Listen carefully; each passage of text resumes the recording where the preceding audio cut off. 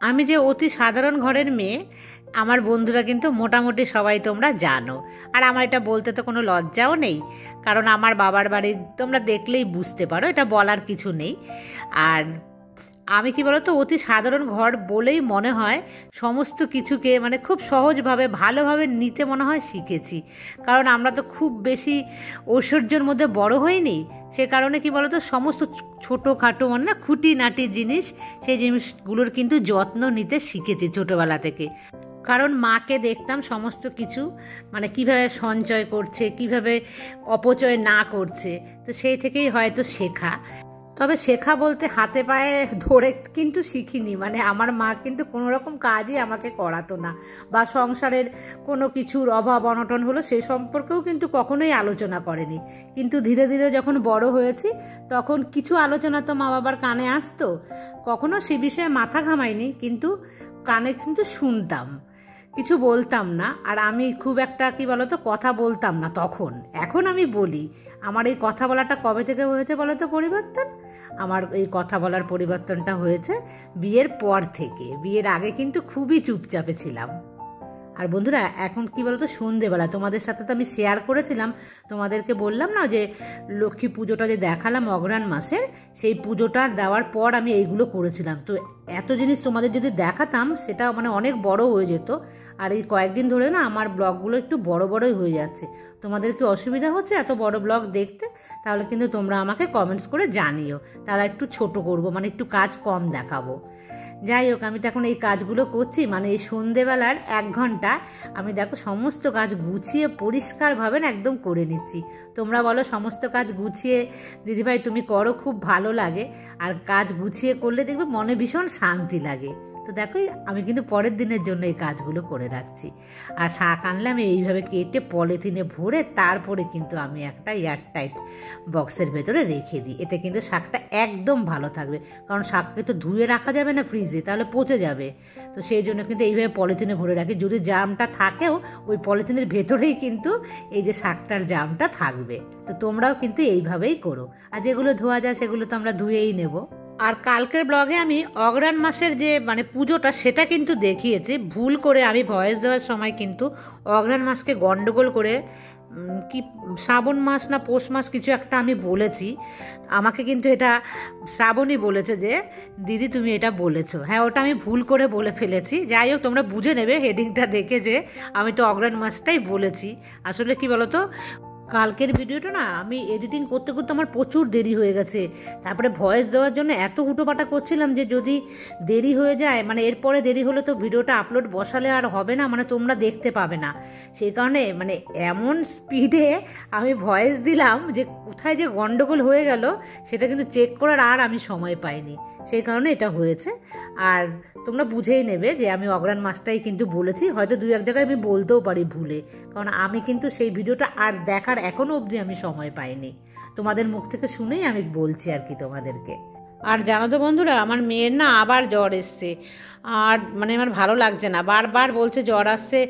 এই বছর যে ঘুরে গেল না ছুটির পর থেকে কিন্তু মেয়ের বেশ কয়েকবার জ্বর এসছে। কাল রাতে নাকি প্রচুর জ্বর এসেছিলো। কাল রাতে তো আর আমাকে বলে না, আজকে সকালবেলা উঠে আমাকে বলছে যে আমার জ্বর এসেছিলো বেশ অনেকটা। আর এই জ্বরটা আসার পেছনে কারণ আছে, ওখানে কিন্তু হঠাৎ করেই ভীষণ ঠান্ডা পড়ে গেছে। আর মেয়ে কি করছে জানো, আমি সেদিনকে দেখলাম, মানে ধরো 1 সপ্তাহ আগে মেয়ে কলেজ থেকে এসছে, মানে তখন এই 3:30-4টে মতন বাজে, ওই সময় ওদের কলেজ ছুটি হয়। ও তারপর এসে কিন্তু স্নান করেছে। তো পুরো মাথা ভিজিয়ে শ্যাম্পু করে একদম স্নান। তো অত বেলাতে স্নান করলে ওখানে এত ঠান্ডার জায়গা, গিজার যতই থাকুক গরম জল, তাই না? সেই কারণেই কিন্তু ওর ওইভাবে জ্বরটা এসে গেছে। আমার মন বলছে, মানে শুনছে না কথা না। আবার কি বলতো, সোয়েটার কিন্তু একদমই পরতে চায় না। আর আবার যখন জ্যাকেট পরবে, মানে স্টাইল ফ্যাশন যাই বলো না কেন, তার আবার কি বলতো সামনের যে জিপ মানে চেনটা, যে সেই চেনটা কিন্তু লাগাবে না, মানে স্টাইল করবে, এর ভেতরে একটা হালকা কিছু পরবে, তারপরে ওটা করবে। তো এই কারণে কিন্তু ওর মানে ঠান্ডা লেগে জ্বরটা আসছে, আমার মন বলছে। আর এই যে দেখো ডাস্টবিনের আমার না ঢাকনা নেই, মানে ঢাকনাযুক্ত একটা লাল রঙের ছোট্ট কিনেছিলাম। তো ওটা এতই ছোট না যে কি বলতো ওটার মধ্যে রাখলে না খুব মানে একদম অল্প সময়ের মধ্যে ওটা ভরে যায়। আর যেহেতু এখন ওপরে থাকি, ওপরে কিন্তু বারবার তো নিচে ফেলতে যাওয়া যায় না, একটু বেশি করে জমুক তারপরেই আমি ফেলবো। আর আমি কিন্তু কখনো ওটার মধ্যে এঁঠো জিনিস ফেলি না কিন্তু বন্ধুরা, এঁঠো জিনিসগুলো একটা টিফিন বক্সে ভরে আমি যে টাবটার মধ্যে বাসন রাখি হেনার জন্য ওইটার ভেতরে রেখে দিই। আর এখানে দেখতে পাচ্ছ আমি কিভাবে একদম ওই সয়াবিন রান্না করেছিলাম যে বাটিটা, সেই বাটিটার মধ্যেই কিন্তু আমি ভাত নিয়ে নিয়েছি, আমি আর আলাদা কোনো থালাতে নিইনি। এটা দেখলে আবার কিন্তু আমার জানে মানে চৈতালি কিন্তু আবার আমাকে খুব বকবে আমি জানি, কিন্তু কিছু করার নেই। আমি দেখলাম আবার আর একটা বাসন ভরাবো, সেই জন্য কিন্তু আমি খেয়ে নিয়েছি। মানে একটু কুড়েমি একটু আলসেমি, যতই হেনা ধুক না কেন আমি আবার ওর দিকটাও কিন্তু একটু ভাবি। এবার দেখো খেতে খেতে এগুলো কিন্তু শুকিয়ে গেছে, কারণ এগুলো আমি দুপুরবেলা করতে আর সময় পাইনি পুজোর ব্লগ করতে গিয়ে। আর বেগুন তো 100 টাকা কিলো বন্ধুরা, তোমাদেরকে তো বললামই বেগুনে মানে একদম আগুন লেগেছে।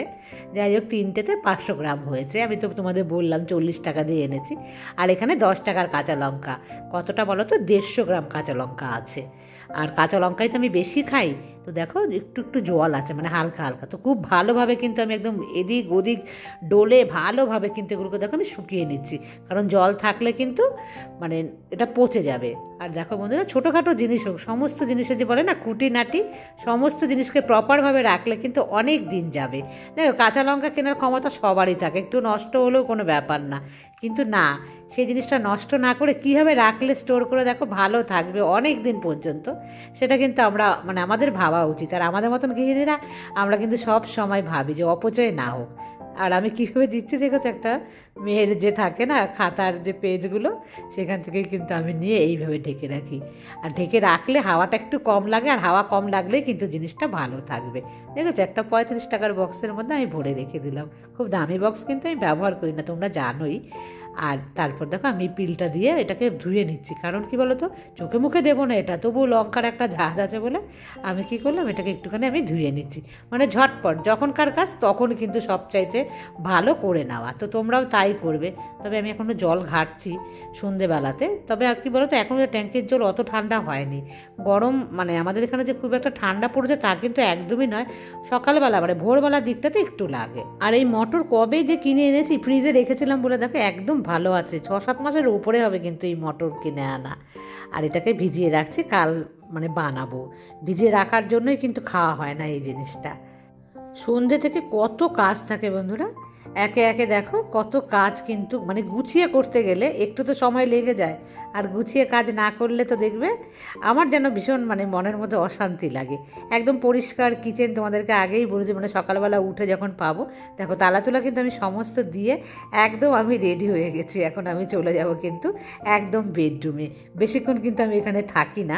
তবে আমি যখন এই মানে ভেজাতে আসলাম না মটরটা, খাওয়া দাওয়া সমস্ত কমপ্লিট করে যাওয়ারও কিন্তু অনেকক্ষণ পর মানে আধ ঘন্টা পরে আমি এসেছি, হঠাৎ মনে পড়লো আর ভাবলাম যে না কীভাবে রেখে দিই কিচেনটাকে, আর একবার তোমাদেরকে দেখিয়ে দিই। আর ঘড়ির কাঁটাতে কটা বাজে বন্ধুরা, তো গুড নাইট। আমি চলে আসলাম একদম পরের দিন সকালবেলা। শুভ সকাল বন্ধুরা, আশা করছি তোমরা সবাই খুব ভালো আছো, আর আমিও বেশ ভালোই আছি। আর একটা সুন্দর সকাল আমার সমস্ত মিষ্টি মিষ্টি বন্ধুদেরকে সাথে নিয়ে শুরু করছি আজকের আরেকটি নতুন ব্লগ। তো ভেবেছিলাম আগের ব্লগটাকে ওখানেই এন্ড করে দেবো, তারপর ভাবলাম যে না সকালের দিকটা আমি এর সাথে অ্যাড করি, কারণ ব্লগটা হয়তো একটু বেশিই ছোট হয়ে গেছে। তো সেই কারণে কিন্তু আমি আবার তোমাদের সামনে চলে আসলাম। বাংলাদেশ থেকে প্রেমা আমাকে কমেন্টস করেছে যে আমার ভিডিও দেখতে ওর ভীষণ ভালো লাগে, আর ও আমার ভিডিও থেকে অনেক কিছু শিখেছে। তো এটা আমার অনেক বড় পাওয়া।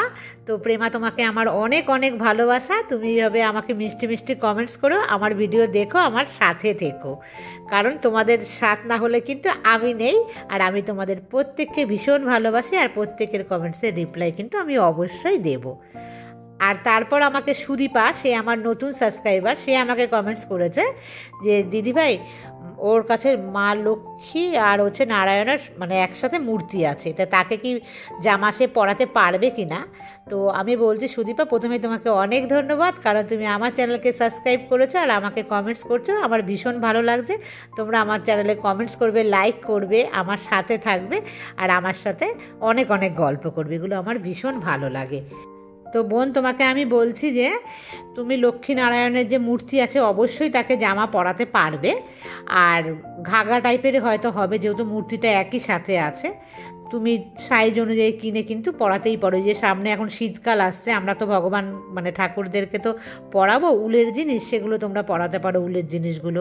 তার উপরে হচ্ছে তুমি জিজ্ঞাসা করেছো যে সুপুরিটা পাল্টাবো কিনা প্রত্যেক সপ্তাহে।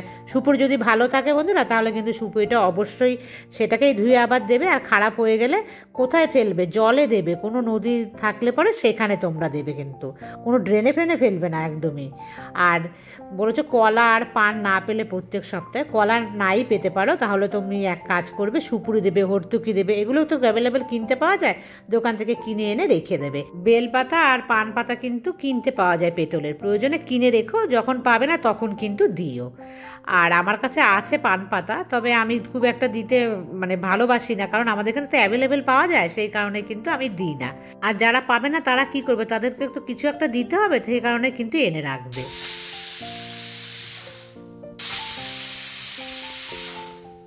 কারণ মা লক্ষ্মীর পুজোতে তো ওসব ছাড়া হয় না।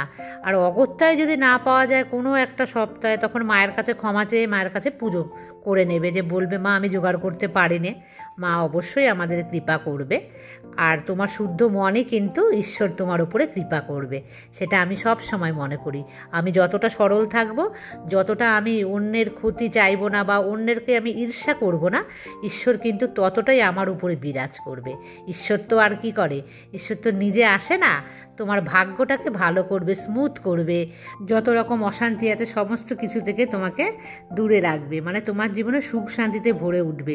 ঈশ্বর নিজে না এসে এগুলোই কিন্তু তার যে আশীর্বাদ, এটাই যখন তুমি পাবে তখন মনে করবে যে ঈশ্বর আমার ওপরে বিরাজ করেছে। তাই ভক্তি ভরে ঈশ্বরের ধ্যান ছাড়া আর কোনো গতি নেই।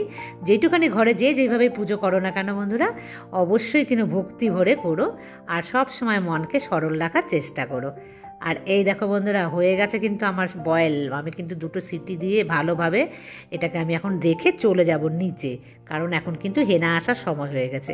তাহলে সকাল সকাল আবার অনেকগুলো কাজ করে নিলাম। আর আগের দিন তোমাদেরকে আমি দেখিয়েছি, তো একটুখানি দেখাই আজকে, অন্যদিন তো তোমাদের দেখাই না। এই যে দিয়ে রেখেছিলাম না নুন আর কর্পূর, তো সেটাকে আমি কিভাবে দেখো কালেক্ট করে রাখছি। তোমাদের কাছে এরকম ছোটো বাটি না থাকলে আমি বলেছি যে একটা কাগজের মধ্যে দিয়ে দিতে পারো, এরকম পরের দিন তুলে নেবে, সেটাকে তুলে একটা কোনো পলিথিনে ভরে রাখলে, বা ছোটো কৌটো থাকলে কৌটোতে রাখবে। তো 4 কোণার আমি যেখানে ক্যামেরা ধরে দেখা যায় আমি তো সেখানেই রেখেছি, 4টে কোণায়, সে কারণে তোমাদের একদম চোখের সামনে আমি রাখলাম। দেখো এই যে 4 বাটি আমি তুলে নিয়েছি, নিয়ে আমি কি করছি, আমি ছোট্ট ছোট্ট টিফিন বক্স কিন্তু কিনেছিলাম, আমাদের এখানে বারোদোল মেলা হয় সেখান থেকে। তো রিঙ্কু তুমি চাইলে কিন্তু এরকম কিনে নিতে পারো বারোদোল থেকে, খুব সুবিধে, খুব বেশি দাম তো নয় এগুলোর। এ দেখো নুনটাকে আলাদা একটা টিফিন বক্স মানে ছোট্ট একটা বাটির মধ্যে আমি রেখে দিচ্ছি, আর কর্পূরগুলোকেও আমি রেখে দিচ্ছি, কারণ এগুলো তো ঈশ্বরের কাছে করে রাখা, সে কারণে এদিক ওদিক রাখা যাবে না।